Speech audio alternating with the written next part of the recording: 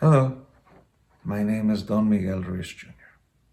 Today I'm starting a series that is based on my family's tradition, in particular my father's work, Don Miguel Ruiz, based on the four agreements, the mastery of love, the voice of knowledge, and the fifth agreement.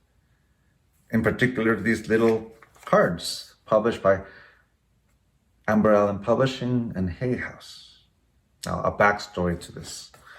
When I first started teaching 15 years ago, my father gave me an assignment. He said, you still haven't developed your own voice and your own content. So what you're going to do is that you're going to read one of these cards. You're going to begin to share your understanding of it, how this lesson resonates in your life. And from that resonance, because it comes from the experience, we draw from the understandings that we've had in our life. That's going to be the lesson for you. And little by little, you'll develop the voice and the material that 15 years later, I've written 5 books, currently working on my 6th. And I thought this is a good way to continue this process by presenting it here in this series. So I'll begin. The first card goes, don't make assumptions. Assume nothing. And it reads, in any kind of relationship, we can make the assumption that others know what we think. And we don't have to say what we want. We assume that they're going to do what we want because they know us so well.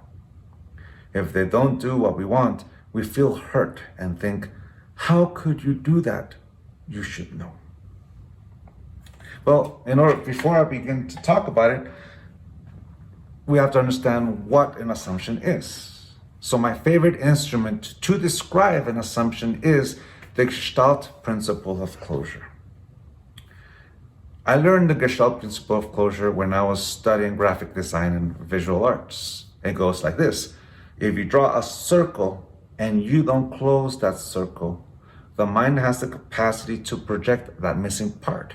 If you draw 2 sides of a triangle and don't draw that third line, the mind has the capacity to project and visualize that missing line in order to complete the triangle.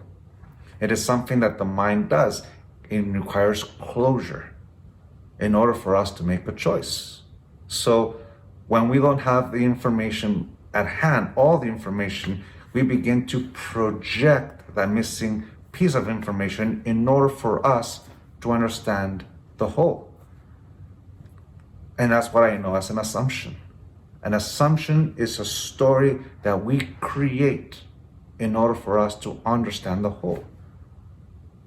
The mind has this need to understand, the ability to make a choice, to make a decision. So when my father says, don't make assumptions, in my understanding, I see it as, don't believe your assumptions. Meaning, don't believe the stories we create that makes us think that we know the whole. If we have one side of information and we have another information which is an event, and the missing line is, why did that event happen?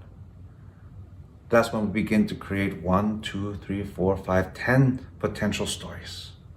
If one of them turns out to be the truth, 9 those potential stories will dissipate as one becomes the truth. If you tell 10 stories and none of them were the truth, then all 10 will dissipate. What is the truth? Something that exists with or without us. A belief only exists for as long as we believe in it, or we say yes to it. So an assumption is a story we create that allows us to think that we know the whole story. And in relationships, we create assumptions that makes us think we know our beloved. Sometimes it comes from previous experience, but sometimes our beloved changes in front of us. If we get into the habit of doing this, then we believe that everyone else is doing it as well. So we believe that someone should know who we are and project a line onto us that we think should be an action, a behavior. For example, today is my birthday, and I can make the assumption that people will give me what I want for my birthday. And if they don't know me so well. What do I want for my birthday? Just a hug, to be honest with you.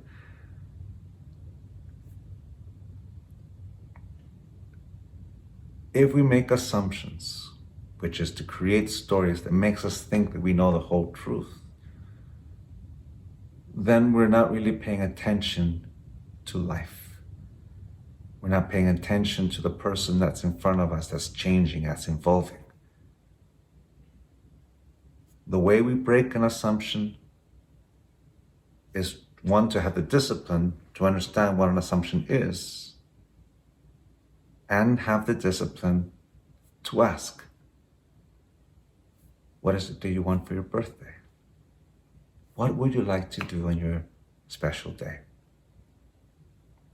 And if you hear the answer, the actions that you will take will resonate with the truth.